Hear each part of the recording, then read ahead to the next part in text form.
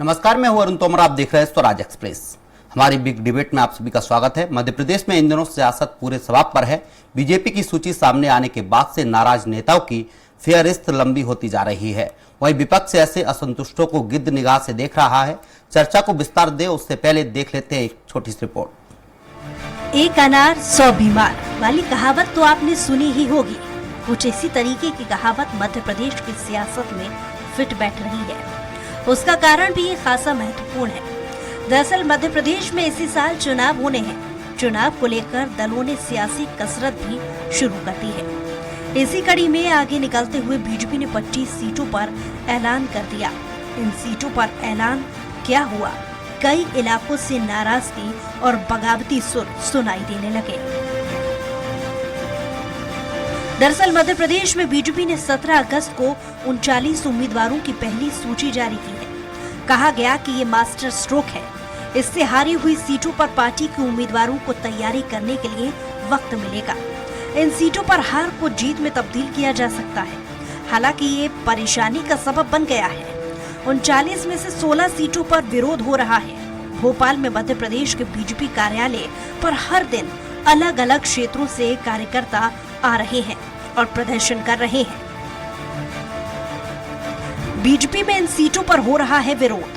सबलगढ़ विरोध करने वाले ने कहा, मैं पार्टी का अनुशासित सिपाही। गोहद सिंधिया समर्थक का टिकट कटा। फैन आर्मी ने लिखा, खून से पत्र। पिछौर प्रीतम लोधी के नाम पर भी नाराजगी।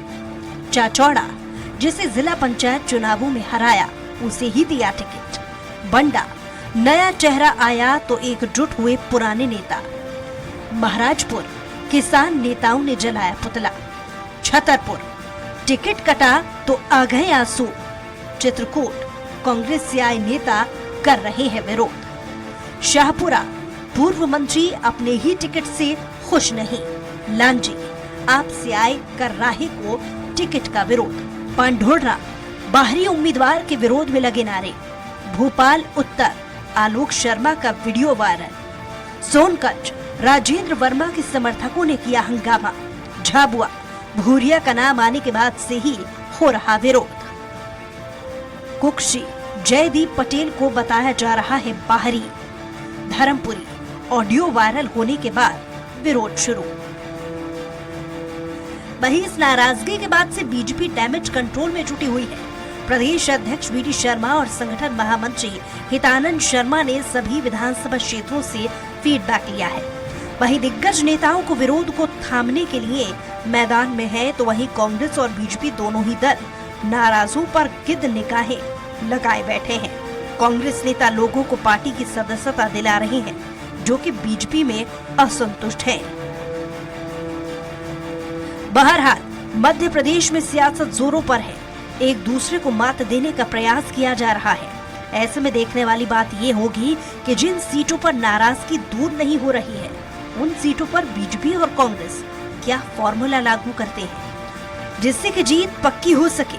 सलमान खान, स्वराज एक्सप्रेस, भोपाल।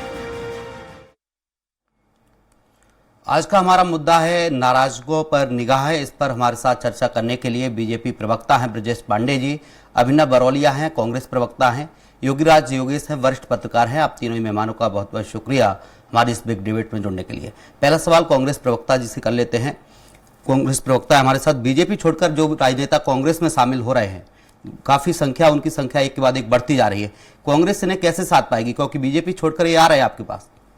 देखिए, जिस तरीके से आपने देखा होगा 20 साल के कुशासन, भ्रष्टाचार, घोटाले और 50% कमीशन वाली सरकार से जनता तो नाराज थी ही। विकास यात्रा में दौड़ाया गया इनको।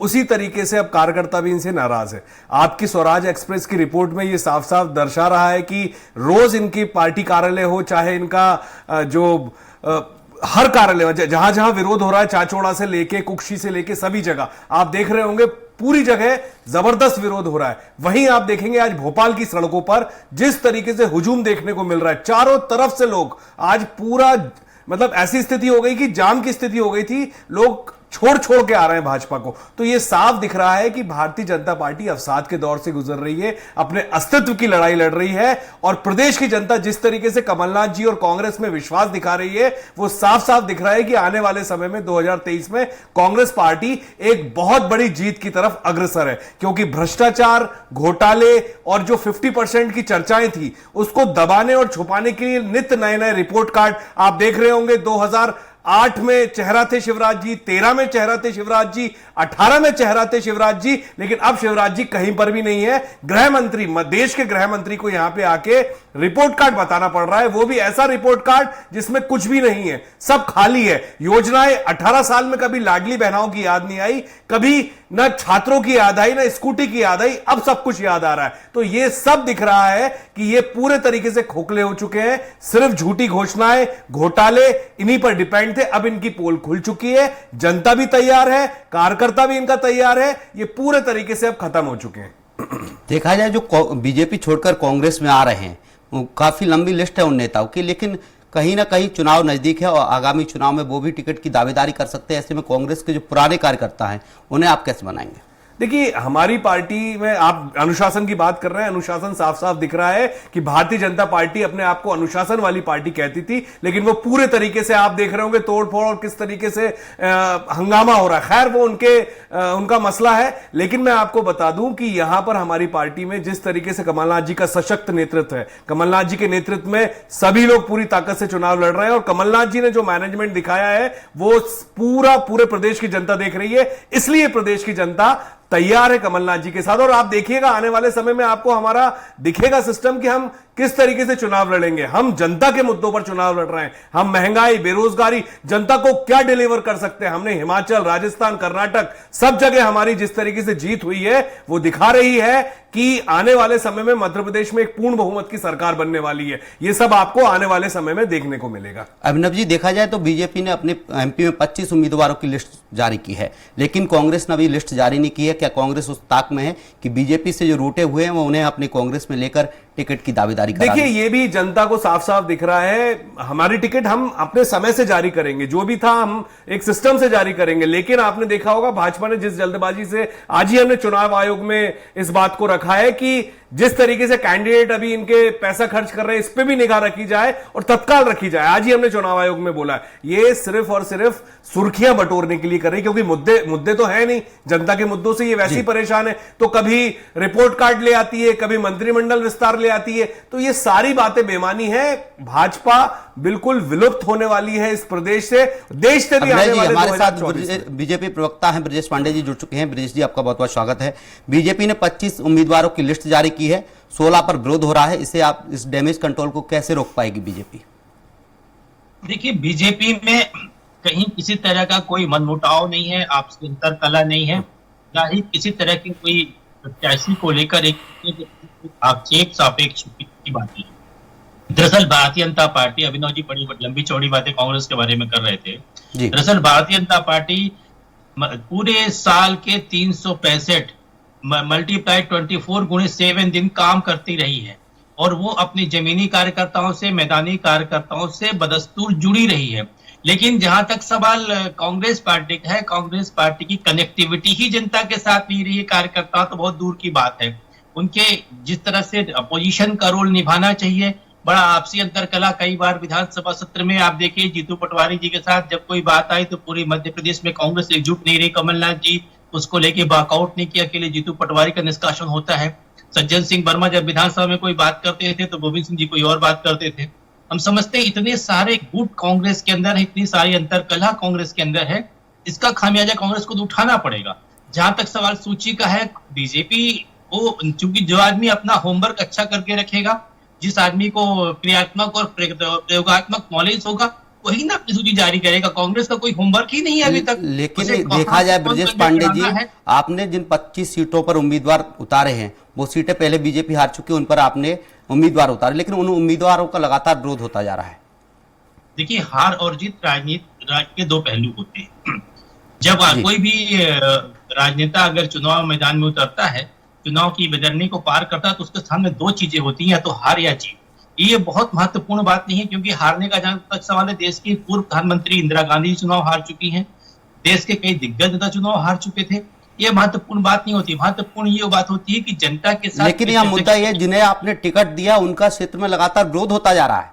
आपके बीजेपी के जो पुराने कार्यकर्ता वो उनका विरोध कर रहे हैं। नहीं, ऐसा रिपोर्ट में ही दिख रहा है कि हर जगह विरोध हो रहा है। सारी रिपोर्ट में आप देखिए, कार्यकर्ता का स्वराज एक्सप्रेस की सलमान जी की रिपोर्ट में देखिए, कांग्रेस के द्वारा फैलाया गया प्रोपोगंडा स्टंट है। एक रिपोर्ट है हमारे पास, अगर आप कहें तो वो 16 विधानसभा के प्रत्याशियों की एक रिपोर्ट आपको बता दें। किसी भी प्रत्याशी का कहीं कोई विरोध नहीं हो रहा है। 39 प्रत्याशियों के साथ प्रदेश अध्यक्ष आदरणीय विष्णु शर्मा जी और प्रदेश के मुख्यमंत्री माननीय शिवराज सिंह चौहान जी ने लगातार बैठकें की है। महेश्वर में बीजेपी प्रत्याशी राजकुमार मेव, जिनका पुतला फूंका गया है। देखिए, ऐसा है, परिवार है हमारा। परिवार में क्या होता है, परिवार के अंदर 10 सदस्य होते हैं तो जरूर, लेकिन आगामी चुनाव है, आगामी चुनाव है, ऐसे में अगर परिवार में विरोध होता रहा तो चुनाव कैसे फतेह कर पाएंगे? वही बात मानी जाती है। ये विरोध नहीं होता है, लोकतंत्र है। एक बात आप जानिए, लोकतंत्र में अपनी बात कहने की जितनी आजादी, जितना फेडरल कहीं कुछ है, जो स्पीच देने की क्षमता है, वो भाजपा में है। कांग्रेस के अंदर तो अगर नेता ने कह दिया तो बस। अरे आप कांग्रेस की बात मत करिए, आप ब्रजेश जी मेरी बात को समझिए। चाचोड़ा में ममता मीणा जी कितना विरोध कर रही हैं टिकट होने के बाद। छतरपुर में आप देखिए अर्चना गुड्डू। अभिनव जी सुन लीजिए, ब्रजेश पांडे जी की बात पूरी होने दीजिए, आपका नंबर आएगा, आप बोलिए।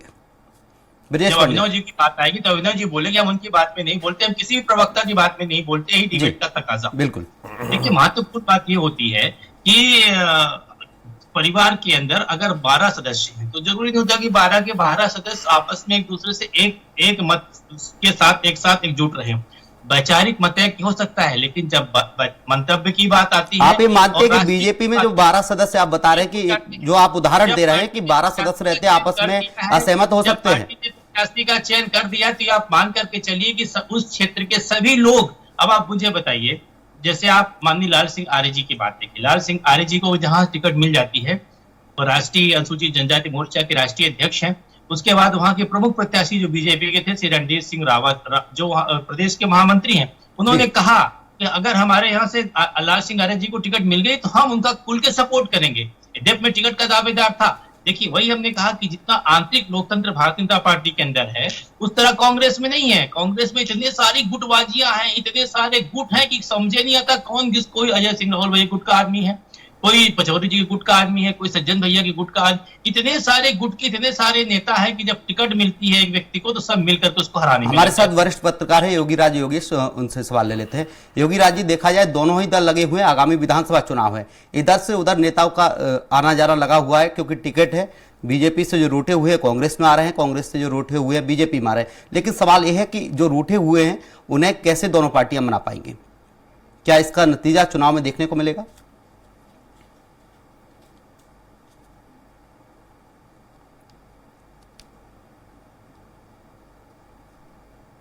योगीराज जी, लगता है संपर्क नहीं हो पा रहा है। अभिनव बरौलिया जी से जान लेते हैं। अभिनव जी, ये बात सही है, लेकिन जो कांग्रेस से भी लोग छोड़ बीजेपी में जा रहे हैं, अगर शुरू की बात की जाए तो आपके यहाँ से छाया मोरे, जो 2018 में आपकी प्रत्याशी थी, छोड़कर बीजेपी में शामिल हुई है। जी जी, देखिए मैं आपको बताऊं, इक्का दुक्का बातें आप छोड़ दें। जिसको लग रहा है कि यहाँ पे उनको ऑब्लाइजेशन नहीं मिला है, तो आप हुजूम, मैंने आपसे बोला ना, लगातार रोज खबरें भारतीय जनता पार्टी के यहाँ से आ रही हैं कि उनके यहाँ अंतर्विरोध, कांग्रेस से भी खबरें आ रही हैं। अभिनव जी, कांग्रेस से भी खबरें आ रही हैं। आप 0.5% छोड़ दे तो 99.5% जो है कांग्रेस पार्टी में सब लोग जुड़ना चाहते हैं। कारगिल जनता जुड़ रही है हमारी पार्टी में। दो पूर्व विधायकों के नाम आपको बताऊंगा, बलवीर सिंह डंडोतिया हैं, सत्यप्रकाश सखवार हैं। ये लोकतंत्र का पर्व है, इस समय लोग आते हैं जाते हैं, लेकिन जो भगदड़ भाजपा के अंदर मची है वो कांग्रेस में नहीं है। कांग्रेस में लोग आ रहे हैं, जो जा रहे होंगे वो ठीक है, उसका परसेंट बहुत कम होगा। लेकिन आपको बता दूं, गुटबाजी का शिकार भारतीय जनता पार्टी है। शिवराज गुट, महाराज गुट, नाराज गुट, एक अमित शाह गुट आ गया है जिसके तहत अभी टिकट हुए। ये सारी गुटबाजियों से ये खुद परेशान है। कभी जोड़ी बनाने की बात करते, जनता ऊब चुकी है पूरे तरीके से। ना ब्रजेश पांडे जी, कांग्रेस प्रवक्ता कह रहे हैं कि बीजेपी में गुट बन गए हैं, महाराज गुट, शिवराज गुट, अमित शाह गुट, इतने सारे गुट हो गए हैं कि आपस में खलबली मची हुई है, बीजेपी को छोड़कर लोग कांग्रेस में आ रहे हैं। देखिए, बहुत स्पष्ट बात है। अभिनव जी निश्चित रूप से अपनी पार्टी के बारे में ज्यादा बारीकी से जानते होंगे, लेकिन भारतीय जनता के बारे में उनका तो आप भी हो ब्रजेश जी, आप भी अभिनव जी सुन लीजिए। बात करने दीजिए। स्टडी नहीं है। तुलसीदास जी ने एक बहुत अच्छी चौपाई कहा है रामायण के अंदर, कहा है कि मत कीरित गत बुल बुलाई, जब जही जतन जहां जही पाई, सो जानब सत्संग प्रभावहु, लोकहु वेद न आन उपाऊ। इस तरह को उपदेश देने से कोई मतलब नहीं होता है डिबेट में बैठ करके। हम समझते हैं जिस तरह से भी भाजपा के प्रदेश कार्य समिति की बैठक ग्वालियर में हुई और पार्टी के सभी वरिष्ठ नेता एक मंच से एकजुट होकर के 2023 के विधानसभा चुनाव में और 2024 के लोकसभा चुनाव के लिए संकल्पबद्ध हुए, उससे एक बहुत बड़ा संदेश गया। भारतीय जनता पार्टी के अंदर मैंने आपसे कहा ना, हमारे यहाँ पार्टी का शीर्ष नेतृत्व माननीय नरेंद्र मोदी जी, प्रदेश के अंदर माननीय शिवराज सिंह चौहान जी, आदरणीय वी डी शर्मा जी का जो निर्देश होता है, वो भाजपा का कैडर कार्यकर्ता, जमीनी कार्यकर्ता, मैदानी कार्यकर्ता उसको संकल्प रूप से आदेश मानकर उसको मानता है, क्योंकि उसको पता है कि मध्य प्रदेश के अंदर भारतीय जनता पार्टी ही उच्च से उच्चतर दिशा की ओर ले जाती है। मध्य प्रदेश के अंदर लोगों ने कांग्रेस के 18 महीने का कार्यकाल भी देखा है और लोग लगातार देख रहे हैं कि आज जो विकास की गति होनी चाहिए 18 महीने में रुक गई। हमारी कई महत्वपूर्ण योजनाएं, चाहे संबल योजना रही हो, चाहे महिलाओं से संबंधित बातें रही हो, चाहे युवाओं से संबंधित योजनाएं रही हो, सभी योजनाएं कांग्रेस शासनकाल में रोक दी गई। तो आज प्रदेश के 8.5 करोड़ लोग इस बात को जानते हैं, इस बात के साक्षी हैं और ये इस बात को मानते हैं कि मध्य प्रदेश को अगर कोई उच्च से उच्च दिशा दे सकता है तो माननीय शिवराज सिंह जी का कुशल नेतृत्व दे सकता है, वी डी शर्मा जी की सोच दे सकती है। इसलिए मध्य प्रदेश की जनता जनार्दन ने ये मन बना लिया कि 2023 में हम भाजपा को प्रदेश में जिताएंगे तो 24 में मोदी जी को केंद्र में। लेकिन आपके अपने नेता रूठे हुए हैं, फिर जनता कैसे मान पाएगी? अगर बात की जाए, बीजेपी के कई नेता हैं जो कांग्रेस के संपर्क में है, कमलनाथ कह चुके हैं, दिग्विजय सिंह जी कह चुके हैं कि बीजेपी के कई नेता जो हमारे संपर्क में है। देखिए ऐसा है कि जो बदल गरजता है वो बरसता नहीं। जो लोग भोपाल की सड़कें जाम क्यों है? अभिनव जी भी इस बात को जानते हो कि जो नेता जिसके संपर्क में होता है वो नेता अब तक में अपनी पार्टी धर्मपुरी विधानसभा से आपके भाजपा प्रत्याशी हैं कालू सिंह, उनका एक वीडियो ऑडियो वायरल हुआ है, उनका ऑडियो वायरल हुआ है जिसमें वो महिला पार्षद से अभद्रता कर रहे हैं। अगर आप मुझसे सवाल किया है, सवाल का प्रति सवाल नहीं होता, सवाल का जवाब। आप पहले जवाब तो 30 सेकंड का समय दीजिए, फिर आप पूछिए, मैं सवाल का जवाब देंगे तो बैठा ही हुआ हूँ। जी, मैं सवाल यह है कि धर्मपुरी विधानसभा से जो आपके बीजेपी प्रत्याशी हैं कालू सिंह, उनका एक ऑडियो वायरल हो रहा है, उन्हें बीजेपी ने टिकट दिया है, एक महिला से वो अभद्रता कर रहे हैं। बीजेपी तो महिला सम्मान की बात करती है, आपके प्रत्याशी महिला से अभद्रता कर रहे हैं। किसने किस परिप्रेक्ष्य में कहां पर कैसा वीडियो जारी किया है, क्या इस वीडियो में सत्यता है, ये तो लेबोरेटरी तय करती है, प्रयोगशाला तय की जाएगी वीडियो के आउटपुट इनपुट देख करके। लेकिन जहां तक हम समझते हैं कि भारतीय जनता पार्टी की पहली सूची में जो भी नाम सूचीबद्ध हुए हैं और जनता के सामने आए हैं, निश्चित रूप से वो सारी सीटें भाजपा चुनाव जीत करके जाएगी। और हमारा जो लक्ष्य है 200 सीटों का पार होने का, तो वो 200 सीटों के लक्ष्य को हम पार करेंगे। मध्य प्रदेश के अंदर शिवराज सिंह जी चौहान जी के कुशल मार्गदर्शन नेतृत्व में इस बार 150 सीट कह रहे हैं आप, 200 सीट। ब्रजेश पांडे जी, आप ये बात मानते हैं कि नहीं मानते कि जो आपके प्रत्याशी आपने उतारे थे 25 में से 16 जून का विरोध हो रहा है या नहीं हो रहा है? हाँ या ना? नहीं हो रहा है, मैं कह रहा हूँ सब कांग्रेस का प्रोपेगेंडा है। रिपोर्ट झूठी है। सलमान जी की जो रिपोर्ट है स्वराज एक्सप्रेस ने दिखाई है, क्या वो झूठी है?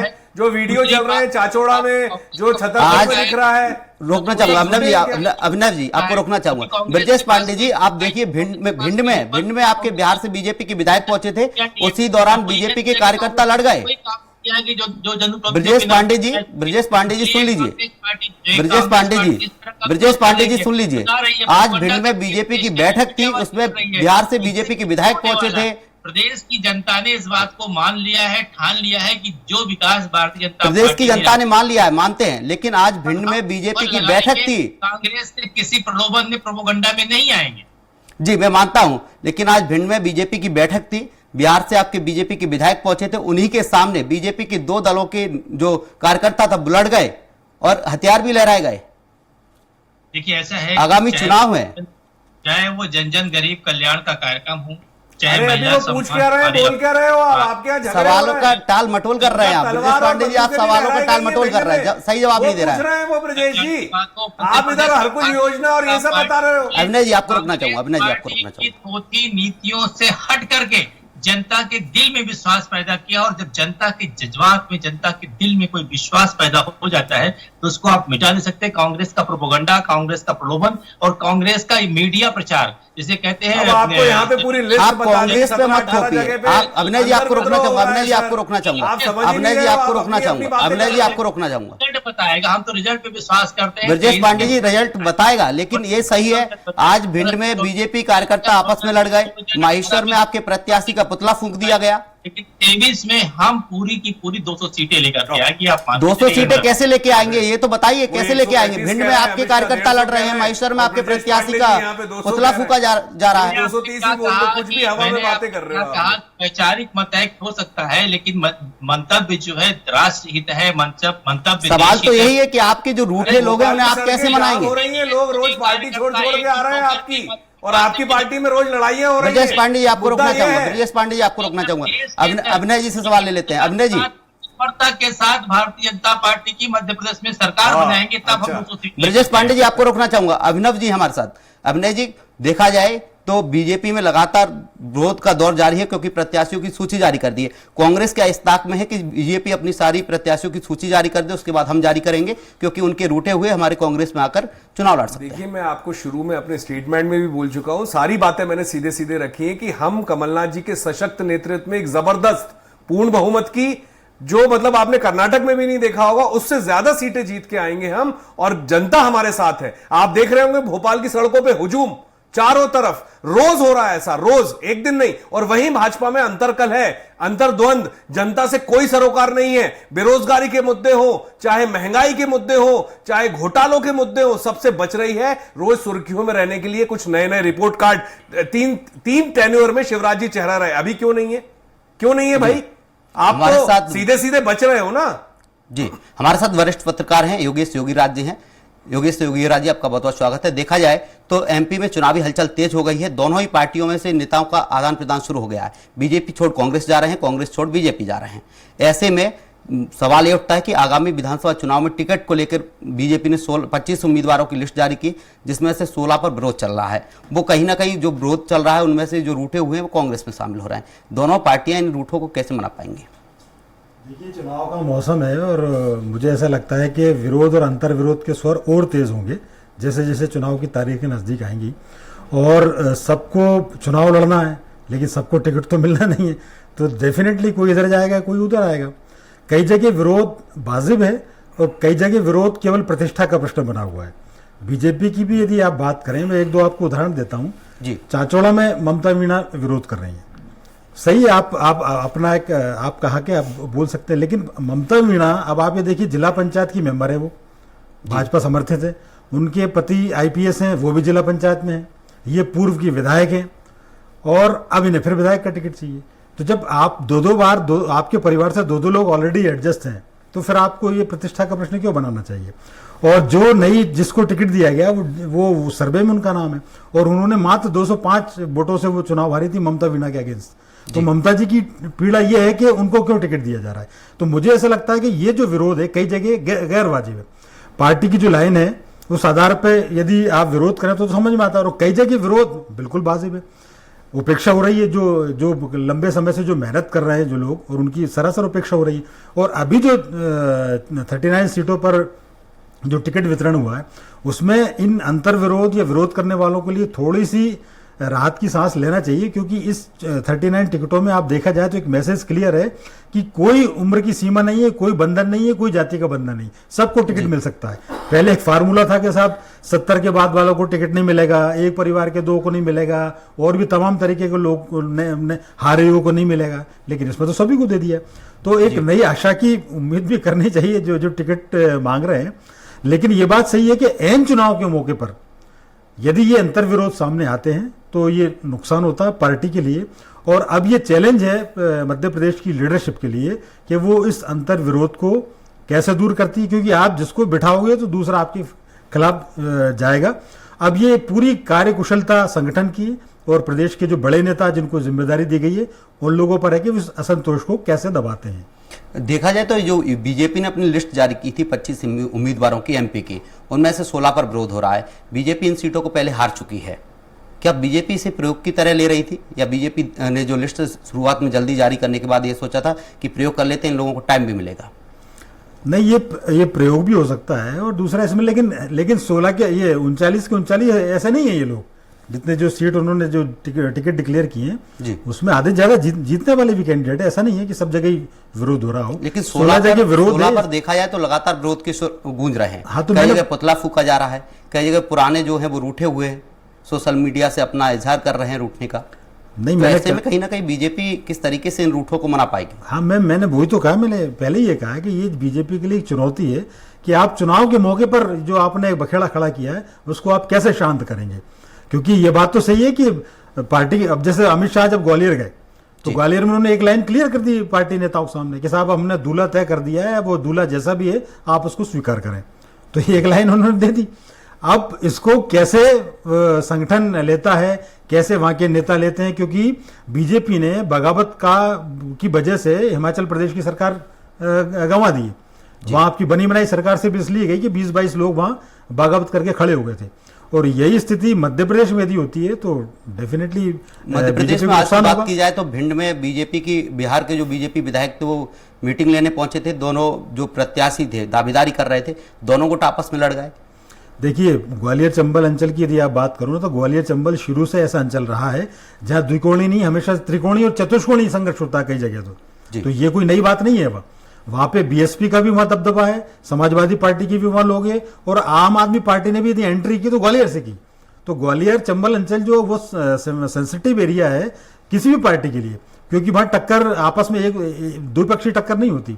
और जो भी जैसा आपने बताया कि आम जातिवाद आदमी भी है, पार्टी ने एंट्री की है, क्या आम आदमी पार्टी की एंट्री से कांग्रेस या बीजेपी किसी एक पार्टी को नुकसान हो सकता है? नहीं, अभी तक तो रिजल्ट देखने में यही आ रहा है कि आम आदमी पार्टी मोस्टली कांग्रेस के में वोट काटती है। अब ये देखने वाली बात होगी वो कहाँ कहाँ किस किस प्रत्याशी को लड़ाती है और उनकी हैसियत कैसी है।